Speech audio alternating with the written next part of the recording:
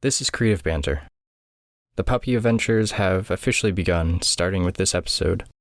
As Emmie, the adorable CavaPoo, sits on my lap, Ben and I tackle a number of topics this week, none of which seem to go together at first. We talk about our ability to see being impaired by poor genetics and growing older, slimy marketing tactics that just don't feel right, and Nature Vision Magazine issue number 2, which was recently released. From last week, we continue our discussion about Ben's upcoming zine, and we do something a bit new, checking in with how each of us is feeling. Let's dive right into this, shall we?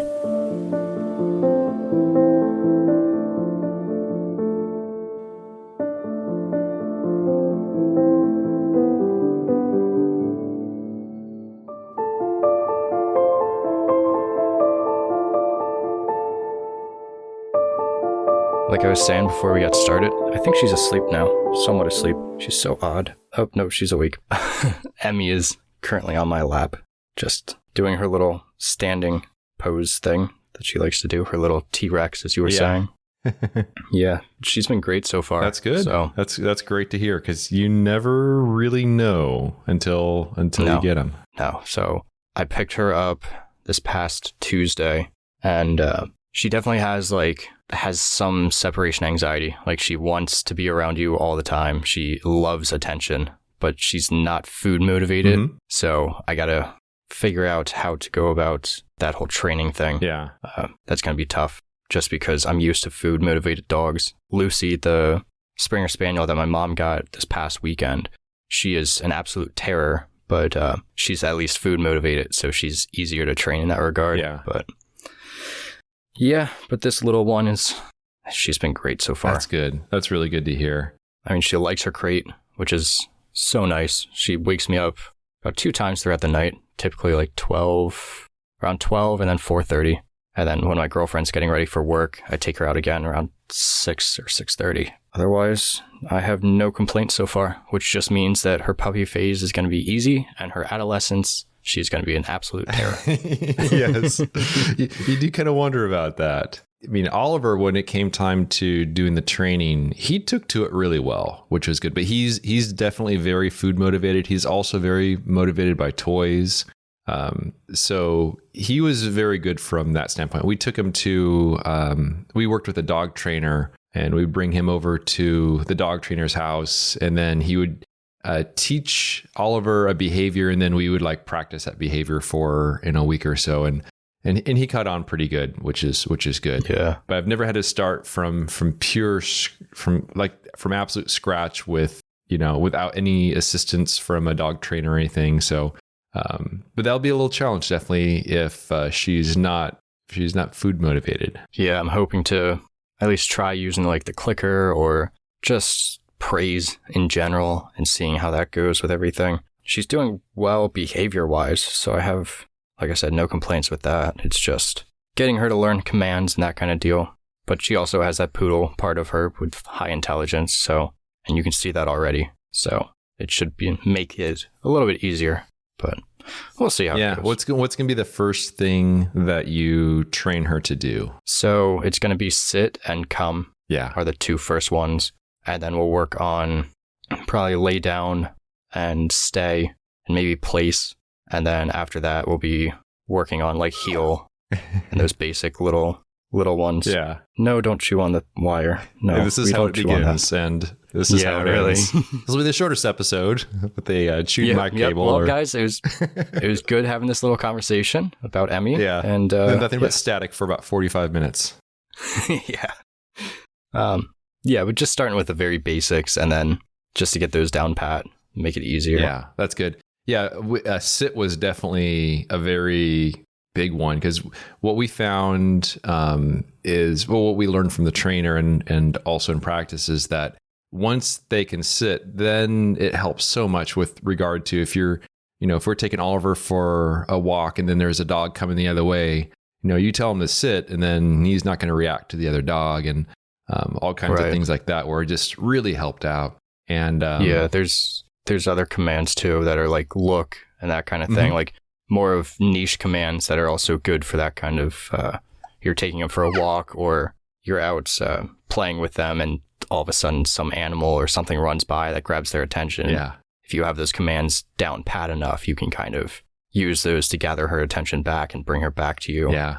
Yeah. We had back in 2021, so around the same time we got Oliver, we had, but on a different topic, we had the sewer pipes in our house replaced.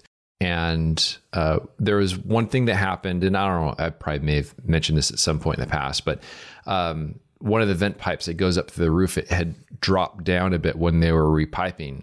And so when we had that tropical storm that went through here a little while back, I went up on the roof to clear out the rain gutters and everything. And I noticed that there was like this hole in the roof where there should be a pipe sticking up. And so I called the same company that did the pipe installation and stuff, and they came out and they fixed it. But just having Oliver be really good with the commands really helped out when we had, the other guy had to climb up in the attic and do some stuff in there, then go up on the roof and was in and out of the house. And I could just have Oliver just, placing in his doggy bed. I just put like a treat on the ground and I tell him to wait. And he's just sitting there staring at that treat. His mouth is watering. He's like, I can't eat that treat until he tells me I can. So all of his attention was right on that. So it just shows the value of training. So he's not just, being a yappy dog trying to, protect me from the plumber and such. But definitely a lot of value for that. Yeah. My mom was telling me that, I think it was when we were going to pick up Lucy, her dog. She was telling me about my parents' first dog, Jasmine, who I grew up alongside of. She lived to be about 17 before we had to put her down. And my mom was telling me how Jasmine was so well trained that my mom, when walking her, Jasmine knew what my mom wanted from her before my mom said anything. Like, didn't have to say anything. They just had that kind of like real strong connection. I mean, she would walk her with a leash just wrapped around her like belt loop or around her waist, and because certain places wanted her to have the dog leashed. And she was like, Jasmine really doesn't need to be, but because this place wants her to be, then, but yeah, I mean, just like she was telling me that she would put Jasmine in a sit stay or a down stay. And no matter who would come by, no matter what you would do to this dog, it wasn't until my mom said okay to her that she would actually move. And I'm like, to me, that's how a dog should be trained. Like, not getting like militarized about it, but having control over the dog as much as you possibly can in situations like that, especially when the dog doesn't know certain people or it's a new place for them, that kind of deal. So that's a goal for Emmie. So I don't know about Lucy though.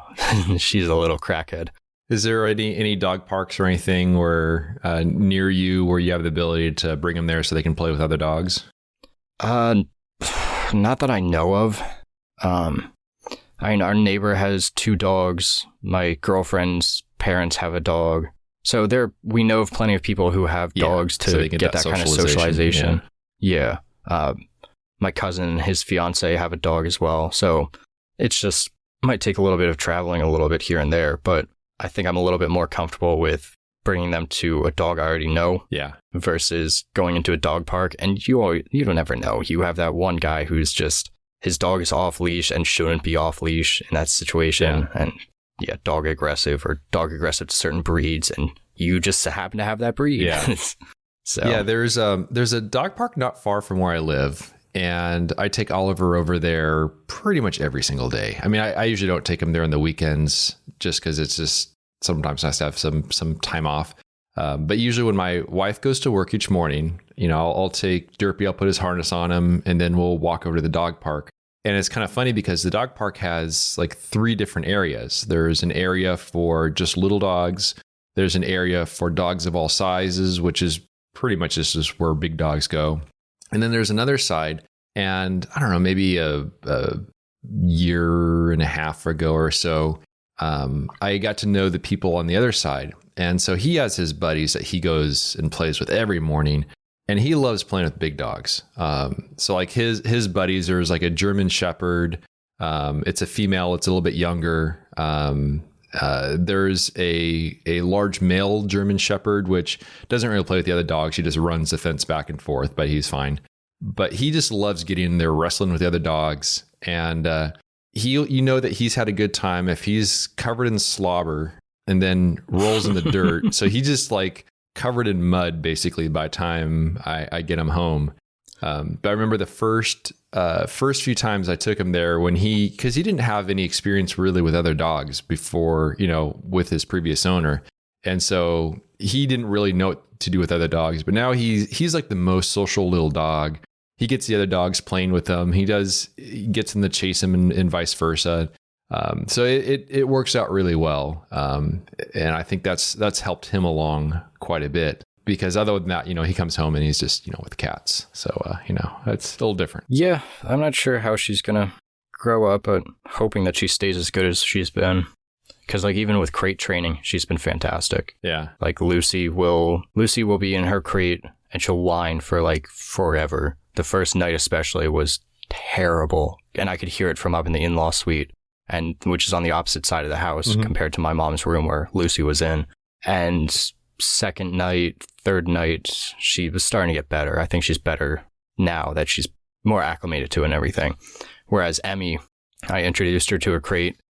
My girlfriend and I went in for a shower and I just let her go into her crate by herself and she was good.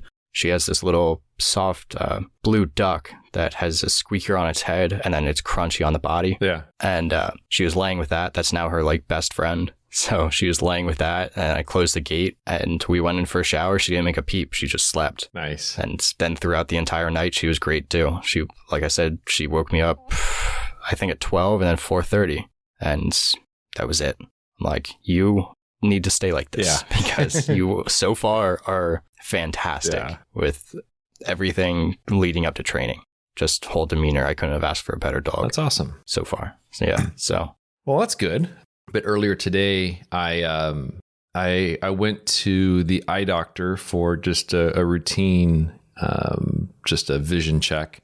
And because in the past, I don't know, this was several years ago when I was at the eye doctor, they're saying that they had some slight concerns about when looking at the back of my eye, thinking that perhaps some signs of early glaucoma or something along those lines. Okay. So I've always had that kind of in the back of my mind of oh man, if there's something going on there, then I need to get that checked out. So I have astigmatism in both eyes, and so my eyes are just a little bit blurry, but it's not near or far. It's just everything's a little blurry. I can be just fine without glasses, but if I'm driving, I need to read a road sign a block away or whatever. Glasses is definitely good for that. But with astigmatism, your vision remains pretty stable, so it's not like I need to go there because my prescription changes. It's just kind of checking the eye health and such. But I went there today and they had this machine which basically just takes a picture of the back of your eye, as opposed to, in the past when they have to dilate your pupils and then look in there and such. And it was interesting because they showed me that picture and I said, hey, in the past, one of the eye doctors had raised some concerns about, early signs of glaucoma. And he showed me the picture, says, yeah, you don't have anything to worry about. Your eye pressure is fine. And he showed the picture and basically the area in the back of the eye where the nerve is. He says that area is just a little bit larger on you just because of your anatomy, but it's perfectly healthy. It's not the sign of that. It's more so just how your eye is. But sometimes people will look at that and they will misinterpret it as, early signs of glaucoma or something like that. Interesting. Yeah. So it was good to get that clean bill of health from that standpoint, because vision's kind of important, whether it's, taking pictures for a living or driving or, I don't know, skating. It's just it's important for all that stuff, cycling and all that. So, but that was not too long ago. But definitely very good to get that checked up and just give a little bit of peace of mind that everything is fine for that. But my wife had, when she was growing up, her vision was fine. But then kind of in her teenage years, her vision got really bad. And so she had LASIK surgery, which was able to fix that. So her vision is now great as a result of that. But definitely an important thing. Is that anything that you've ever had? Do you wear glasses or anything like that? Yeah, I wear contacts most of the time. I've been wearing my glasses more recently because of waking up to let Emmie out, which is, I'm like not used to it at all, especially going downstairs where I don't have peripheral. I'm already sleepy wearing my glasses that I'm not used to. Like if I fall down these stairs with this dog because of this dog, it's gonna be an event. Yeah. Yeah. But are you like nearsighted or farsighted, or is astigmatism? Like what do you have? Nearsighted, right? Okay. Because it's opposite of what you think it is. So nearsighted is you can see close but not far, or is that farsighted? Yeah. I believe that's what it is. Yeah. I can't see far things. I can read without my contacts or glasses, but I can't see road signs without them. I get that from my mom. Hers is really bad. I forget what her prescription is, but mine is like a -2.5, I think. -2.25, something like that. It's not terrible, but it's definitely not great. Like I'll take my contacts out, or I'll try to walk like without any aid. And it's like, yeah, I can see things, but I can't really see a girlfriend's face or any of that stuff to recognize it. So yeah. Yeah, my wife was very nearsighted. And actually after she had the surgery, she was a little bummed because she loved being able to see things up close. And then she had just the normal abilities to have just, normal ability to see stuff up close. But otherwise, I mean, she could it was like a microscope. I mean, like she could like hold something like right up to her and then see like the tiny little details. And so she said that she misses that, but it wasn't so great when, in the morning, if like a cat knocks your glasses down onto the floor and then you're like scrambling around and your hands and knees feeling for them to try to find them. Yeah, Velma. Yeah. Yeah. That's not the best. No. So do you wear glasses when you take pictures, or do you like use a diopter for that? Is that able to correct for it, or what do you do for that? I just use contacts.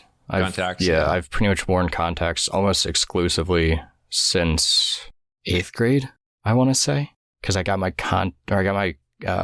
glasses, I think in 5th or 6th grade, somewhere around there. It's been quite a while that I've almost exclusively been wearing contacts, unless I run out of contacts or for some reason need to wear my glasses. I don't like not having peripheral vision, and like that bugs me a lot. So how does that work out? You just have good vision in the middle and it's just kind of blurs out on the sides? Is that how it is? When I'm wearing my glasses, at least, it's like, blurred out on the sides. So everything within the frame obviously is clear and sharp, and it's just such a sheer drop off, like around where your peripheral vision, around the frame, that it's very weird. Like I can get used to it and I'm fine wearing my glasses. But if I have to see something out of the corner of my eye, I have to physically turn my head to properly see it. And I'm like, I don't like that. It takes a couple days for me to get used to actually wearing my glasses if I'm going to wear them. Yeah. Because I mean, since my vision isn't so bad, like my peripheral vision is fine. But yeah, I can see how that would be a bit claustrophobic at times when you have to like look directly at something. Yeah. So yeah, it makes total sense though. So my mom has really bad eyesight, same as me, nearsighted. And then my dad is farsighted because of his age. And because he always says that he was always able to like read close up, was fine with it and everything. And then one day after he turned, did he say 50? Something like that. After he turned 50, he woke up one day and he was like, I can't read this. Like close up. Yeah. It was just like a switch had flicked in his brain. And it was just like, yep, you're done reading close up. So yeah, that's something. I mean, I start to get a little bit of that where I think they say around like 41, 42 and about that range is when your vision starts to shift. And I've definitely noticed that. They actually tested for that when I was at the eye doctor today, and it's not a lot. So it's not enough where it's an issue. But at some point, being able to look at the ground glass underneath the dark cloth, it's going to be to the point where it's too close and I can't see it. But thankfully, I'm not there yet. But it probably won't be as dramatic as a shift as what happened with your dad. Yeah. So, I mean, both my parents have loosely talked about getting LASIK or LASIK. And like my dad has that fear of like you're going in for a surgery, even though they've been doing it for 20 plus years by now, something like that. Yeah. It's still that fear, like you rely on your vision for everything all day long. Yeah. And to go 50 years, even 25 years with vision, and then all of a sudden something happens during the surgery that they mess up, like that 0.01% chance that they mess up just like is terrorizing to him or terrifying to him. So yeah, but he's talked about doing it. I don't think that I will for quite a long while, if I do at all, just because of that chance, I guess, but also because I'm still like growing, developing, changing, whatever you want to call it. Yeah. I feel I'm too young to even consider doing something like that. Yeah. Yeah. When my wife had it done, I mean, you hear the stories about, it's usually in the commercials where like person goes in and like, you know, they say, oh, you know, it's painless. And then you walk out and your vision's 20/20 or better or this and that. No. Well, my wife's vision was really not good, like really, really not good. And I guess the worse your vision is, the more painful, I guess it can be, and the different recovery and all kinds of stuff like that. And I remember when we were coming home from the place after having the LASIK done on both eyes, she was fine at first, but once whatever they give you to numb you, you know, your eyes and stuff, once that starts to fade away, she said like my eyes are burning. Like this is like not good. And what happens is basically the vision gets worse before it gets better. And so it was kind of interesting because we would go for a walk in the neighborhood and we kind of play this game where there's a car coming up, you know, a little ways down, and it has, you know, the license plate on it. And we just kind of walk until we could read it. And so it was interesting day by day to see that, where at first, you know, I would stop and she'd keep going and going and going. And eventually she would be, I don't know, 4 feet away from it. Slight exaggeration, but like before she could read it. But eventually that started to shift dramatically. And then she's seeing it. And then I'm keep going closer and closer to it. And she had to have one of her eyes redone. And that was a more painful procedure. I forget the name of that one. But it was a little bit of a different way of doing things than LASIK. But yeah, I mean, it's great when it's done, but to see firsthand the recovery for it, I'm like, you know, my vision's just a little fuzzy. It's not bad. It's staying pretty constant. And so I don't really plan on having LASIK or anything to fix it. I think both my grandparents had it done maybe a decade ago, I want to say. It's been quite a while, but they were also in their 60s when they had it done. And I think that's just more of like, unless your vision is super terrible and you're just sick of glasses and like, or contacts and the payments and all of that stuff for surrounding that, then I say wait until you absolutely have to do it. Yeah. It just makes more sense because you also hear about people that get it done and their vision is still changing, and then you don't know what happens after that. Having to get it redone probably isn't the most fun thing in the world. And the other thing that's nice about having gone to the eye doctor days, now that I have my prescription, now I can get some like prescription cycling glasses. So I look like a total goober out there. Great. With my cycling prescription sunglasses. So yeah. Wonderful. Now we get to see that too.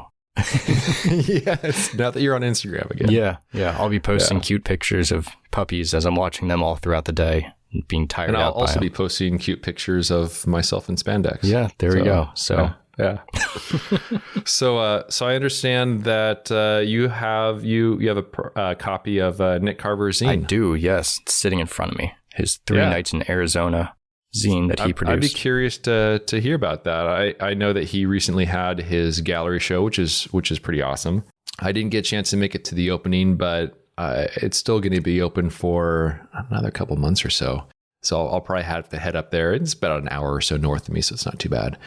But I'm curious to hear your thoughts on the zine and everything involved with that. Yeah. So a couple months ago, this was back in June, episode 57, I had Nick come on and we were talking about his 3 Nights in Arizona extended play that he did.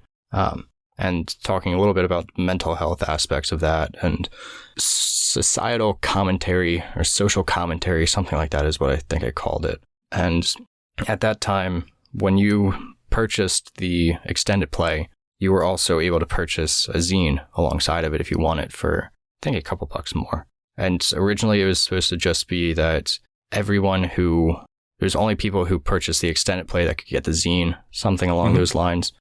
But now I think he's opened it up to anyone being able to purchase it. It's just that you don't get the context of the photographs. And he has a video out on his YouTube that I'll put a link down below about that goes a little bit into his thought process with it. But it's a real nice, I haven't really flicked through it or spent a lot of time with it yet, just because, watching two puppies all day is not the best for trying to do anything. Yes, not great for productivity. Not at all. But flicking through it now in front of me, the quality is great. The size of it, I think, is very fitting, especially as he was saying in the video, doing a double page spread of like the Dollar General photograph that he had taken or other panoramic photographs. It just makes sense. It works out almost exactly to the ratio. Yeah. So, yeah, it looks great. If you haven't checked out the extended play already, I recommend it. It's expensive or it can be seen as expensive for a 4-hour, I think it's a 4-hour video, but I don't know. I love his content. I love what he makes. So yeah, I'm happy to support him with it. Yeah. And as we talked about in one of the past episodes where we discussed that, like, I don't know. I think the price is extremely reasonable given, how much work is involved and given what people receive. And so I'll definitely have to get my hands on a copy of his zine as well. And I think simple things such as, what format in terms of height and width are you going to go with for something like that? He chose the perfect format just because so many of his images are panoramic. Yeah. Is there much text in it? Is it mostly image heavy? I'm curious about the contents. So he has a little introduction page, maybe like 2.5 paragraphs, I'd say. And then the rest of it is just the images. Yeah. All in chronological order. Not really anything like super fancy, I guess you could say. Yeah, because it just makes the work speak for itself. Exactly. Yeah. And then on the very back, the very last page, he has the printed in the city of Orange, California. And then he has the details behind like what film was used, what the aspect ratio is, what camera and lens were used, that kind of deal. For each image? For each image, yes. Nice. That's good. So, yeah, but like I said, it's beautiful. It's got a nice glossy texture. So looking at it in the room here where I'm at isn't super ideal because there's a light right ahead of me, right on top of me. But that's with anything that's glossy. Yeah, well, that's cool. And I just love what he's doing from the standpoint of, not just following some formula of what everyone else is doing. It's, finding his own path and doing his own thing, which I think is truly the sign of an artist as opposed to just doing what's popular and chasing trends and stuff like that. So yeah. There's those that create trends and then there's those that chase trends. And so it's been really awesome to see him develop through the years. Do you ever see any of his original old videos? I think I've gone back through most of his catalog, at least for his on location stuff. I was never really interested in like the teaching stuff that he had done because it was just too basic for me. But yeah, his old videos it's fun to watch, even with your channel too. Going back to some of your old videos and old ones. I would say I was just going at it from the angle of like he was a really snappy dresser back then. Still is. But he got really formal for some of those videos, which is awesome. Yeah. I just always wear surfer shirts. It's just I guess it's just the California thing. I don't know. It's what's comfortable. But yeah, I do appreciate those old videos with the very very sharp dressing. So I think those are kind of fun to check out, and it really is fun to see where he's gone with stuff, and the fact that he's held so true to himself as an artist, which is awesome, because I think so much of that is lost these days. The moment someone starts getting attention, sometimes they start changing their ways to try to attract more. So it's been pretty awesome to see his growth as an artist through the years. Yeah, there are a lot of channels that I used to watch that I no longer do just because of that fact. Like they started to get more popular and they fell into the trap of doing what the audience wanted to see versus what they wanted to do. and not going with their artistic vision as much. I mean, even Thomas Heaton fell into that for a little while, where he would do more like gear-centered videos for, I think, during COVID. And of course, that was like just more of a result of the circumstance of not being able to travel as much. But he's since come back around to doing more with film and showing more of the stuff that he's interested in doing, which is nice to see. Yeah. Yeah, I think the people that have the lasting power are the ones that just stay true to themselves. Because otherwise, if you're not creating something that you truly enjoy, if you're just doing something to try to get whatever it is, whether it's views, whether it's ad revenue or whatever it is, I think people can see through that pretty easily. Yeah. Just, I'm thankfully very stubborn in that regard, where I only have one choice, which is just to do what I want to do. I think of that too when it comes to, I was talking with Matt Payne. We were talking about marketing. I'm like, I asked him if he had any recommendations on like books for marketing and that kind of deal. And I was like, he sent me a podcast that he had recommended to me before that goes through all that, very like course-based focused, like if you're building up a course. And he was like, he finds good tips and everything in that. I'm like, is all marketing just really gimmicky and slimy? And he's like, yeah, pretty much. I'm like, yeah, I as much as I would love to push more for marketing and like copywriting on my page and all that stuff, like you have to some degree, but on the same time, I'm like, everything feels so slimy and just gross to me when it comes to that. Like the little pop-up newsletter things that every photographer, that everyone has on their websites anymore. Like I haven't even gone through your site for 2 minutes and it's popping up. Like chill. I do not like those. That's why I've never put that on there. I'll put like the little announcement bar up top that Squarespace has. Yep, I'll do the same. It's non-offensive. It's just there. You can click it. It goes away. I think some people don't even click it to make it go away. To me, that's non-intrusive. But yeah, the thing, especially if you're browsing it on mobile, then that pops up, and then like the screen on my iPhone, it's not doing so great right now. So trying to hit that little X, I'm just like click, click, click, and then I'm just close browser. I'm just like, no, I can't do this. And the little X is always, regardless where you go on, but especially on some sites, it's so hard to either find because it's not in the traditional right or left top corners, or they make it so small that you can't X out of it. It's like those little ads that you'll get for mobile gaming. If you've ever had those where the actual ad has a little circle with an X and it's like, oh, click this to exit. I'm like, all right, click that. And it takes you to it's just a fake button. Like it just takes you to the app store to download the game. I'm like, you tricky little. Yeah. And I don't know if it was, I think it may have been YouTube. I'd heard on the radio that they were saying that, we're going to do some changes. We're going to make that X a little smaller. It's like, we know why you're doing that. You just want to get people to click on that. Next, it's going to like sprout legs and kind of like a run around the page. Like, hey, you can't catch me. You can't catch me. I think that's probably the next phase of all this. But they're going to turn it into like that DVD screensaver that you always wait to see if it bounces into the corner perfectly. It's going to be like that with the ad X to exit out of anything. It's just going to bounce around the screen slowly as the ad is playing. And if you don't catch it just when it hits that corner, you can't exit out. Yep. That was one of my favorite cold opens for The Office. I don't know if you remember that one, where they're just sitting there watching it and in the background, and then finally it bounces right into the corner. So that was a good one.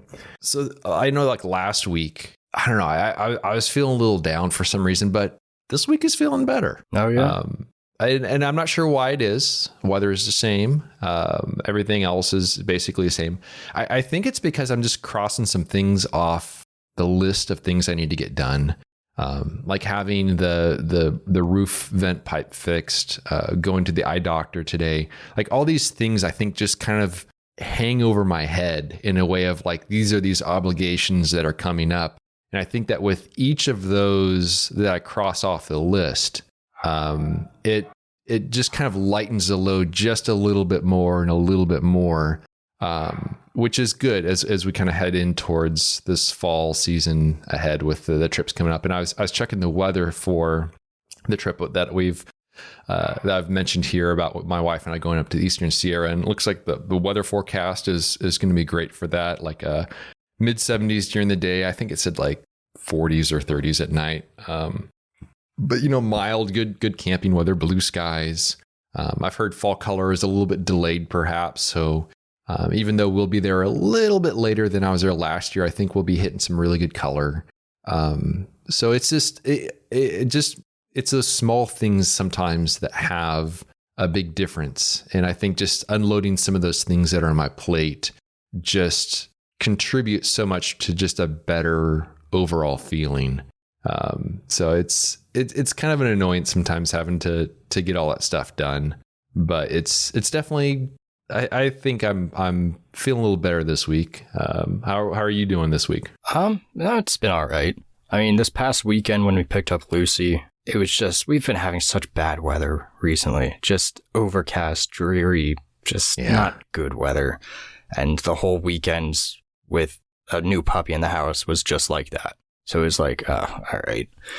Like, especially because she clearly doesn't like getting wet from above.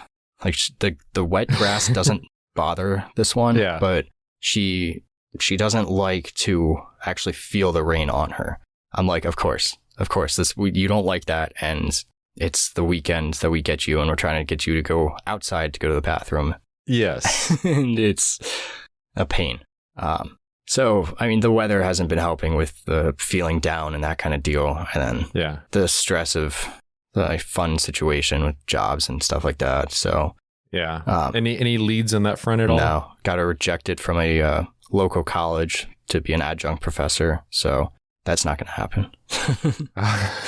You just can't catch a break. No. I think the episode that we first started talking about it, I think that one just went live today. So we'll see what happens what are any of our viewers here that are listening say about that. But yeah, it's an ongoing issue as we talked about. But other than that, I mean, better now that I have Emmie with me, just to have that companionship as we had talked about before. Especially because I can actually have her up in our little apartment and my girlfriend really isn't terribly reactive to her. That's good. So I can have that companionship and I get to just play with puppies all day. So that's nice. And pros and cons, honestly. Looking for the job, but puppies. So there you go. Yeah. I mean, the nice thing, like this week has been pretty easy in terms of workload for NPN because on Tuesday, the 26th, we launched the second issue of the magazine. Mm-hmm. So when everybody is hearing this, that'll have been out for a couple weeks. But pretty great success with that already. I think David said we're up to about 400 subscribers right now. That's awesome. So, and continuing to grow because we have someone else on our team who is doing a bit more marketing with the Instagram account, with email, all that kind of deal.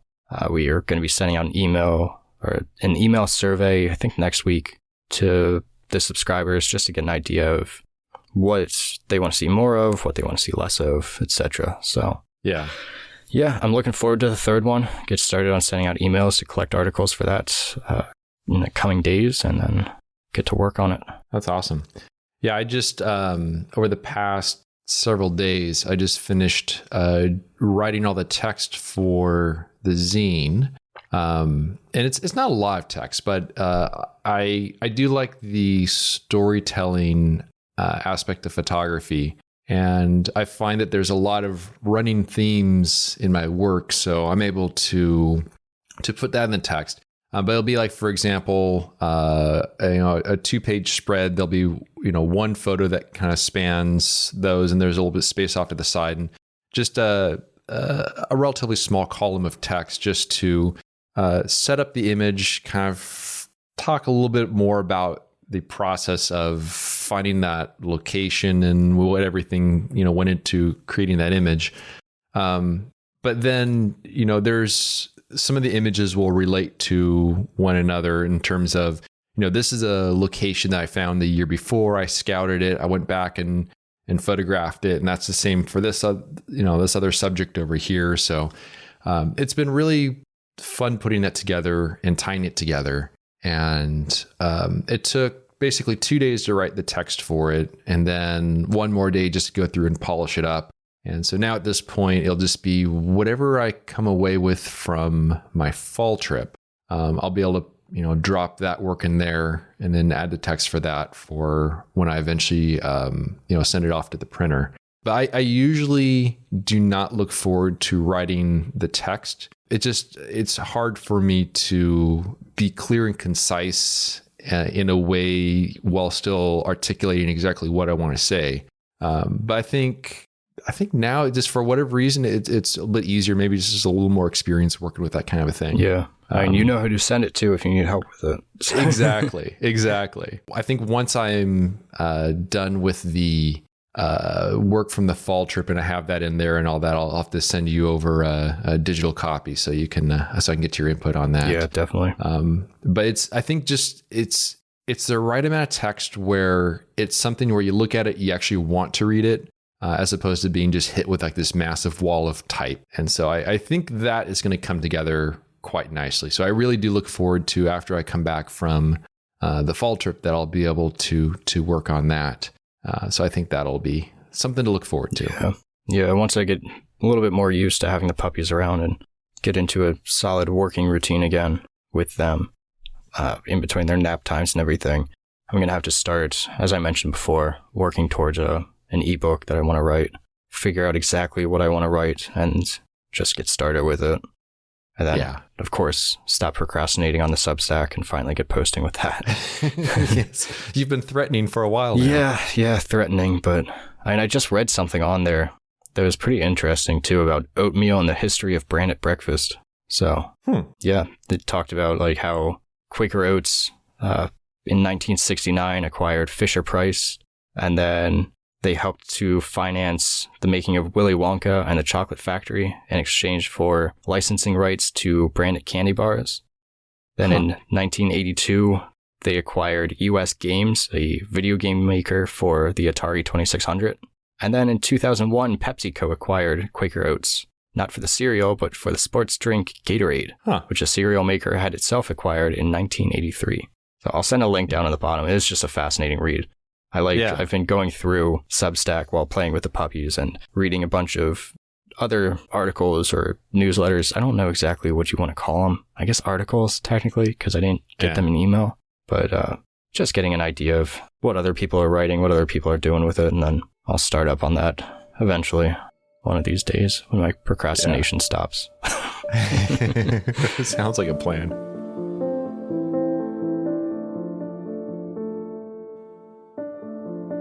I hope you enjoyed our creative banter. You can learn more about Cody's work by visiting his website, codyschultz.com. And you can find my work at benhorn.com. For further discussion, join us at patreon.com/creativebanter. It's a place where we can interact with you, the listener. And although we greatly appreciate those who contribute by joining a tier, discussions are open to everyone, whether you're a paying member or not. Thanks so much for listening, and we'll see you around next time.